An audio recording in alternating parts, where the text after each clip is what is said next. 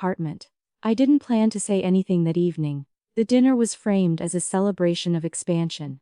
My father described it with pride, the way he always did when the numbers were strong. Apartment. The table was polished, the conversation confident. I had learned over the years to observe rather than compete for space. Apartment. When I casually mentioned that I could help stabilize a new acquisition if needed, I meant it as support, not control. My father laughed. "We don't need your pocket change," he said. Apartment. "This is a $40 million business."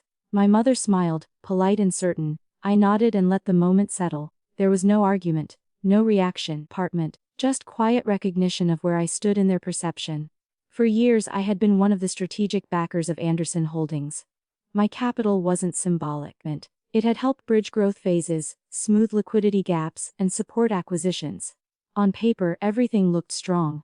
In reality, their stability depended on structured backing. Apartment. They saw me as family first, investor second. That assumption had always worked in their favor. After dessert, I excused myself. In the hallway. Apartment. I reviewed the latest financial summaries from my team. Nothing dramatic, just exposure reports and contractual details.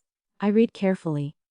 Then I sent one message to my investment manager. Apartment. Withdraw all backing from Anderson Holdings. Follow full contractual procedure, no public commentary. There was no emotion in the text, only instruction. Apartment. The agreement allowed for structured exit under defined conditions. I wasn't breaking anything.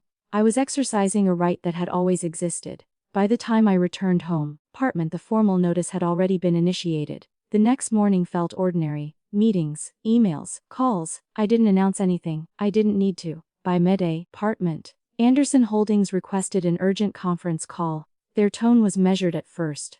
My father spoke confidently, asking whether there had been a misunderstanding. Apartment. He referenced alignment, temporary adjustments, collaboration. I listened without interruption.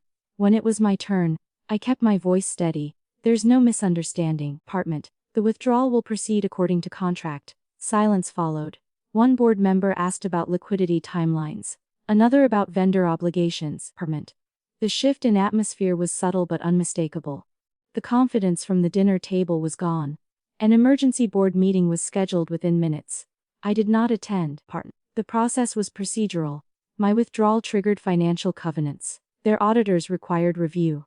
Lenders requested clarification. The structure of control had changed. Apartment. Not through drama, but through documentation. Throughout the day, updates arrived through formal channels. Liquidity ratios were reassessed. Bridge financing options were explored. Apartment. Cost adjustments were discussed. It wasn't collapse. It was consequence. Years of assuming stability as a given had masked how central structured capital was to their growth. Apartment. Now the dependency was visible. That evening, my mother called.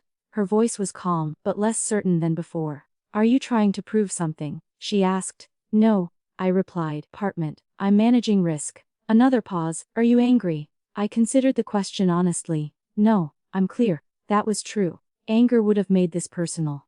This wasn't personal. Apartment. It was professional alignment. The next day my father visited my office.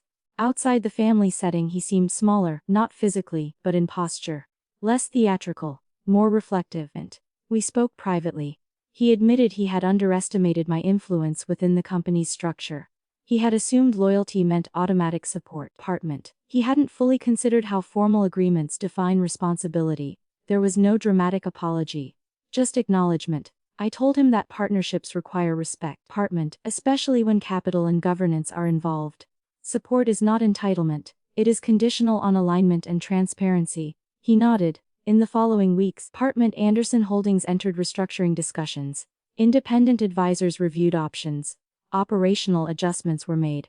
Alternative financing was secured under revised terms. My capital remained withdrawn. The emergency board meeting became a turning point, not because of conflict, but because it clarified reality. Apartment. Decisions now required more disciplined oversight. Governance became more balanced. At home, conversations shifted. My suggestions were no longer brushed aside. When business came up, Apartment, I was addressed directly, not dismissed. I didn't celebrate. There was no need. The outcome wasn't about winning. It was about restoring equilibrium. For years, Apartment, I had accepted subtle minimization because I valued peace. I thought staying quiet preserved relationships. Instead, it preserved imbalance. This time, I chose restraint with intention. The result was not humiliation for anyone. It was clarity for everyone. The company continued. Adjusted, stabilized. Our family relationships remained intact, but changed in tone. Apartment, there was mutual awareness now. Respect replaced assumption. One evening, I sat alone and reflected on that dinner laughter. It no longer carried weight. Apartment. Not because I proved anything loudly, but because I understood my own leverage clearly. Being underestimated had once felt personal. Now it felt informative.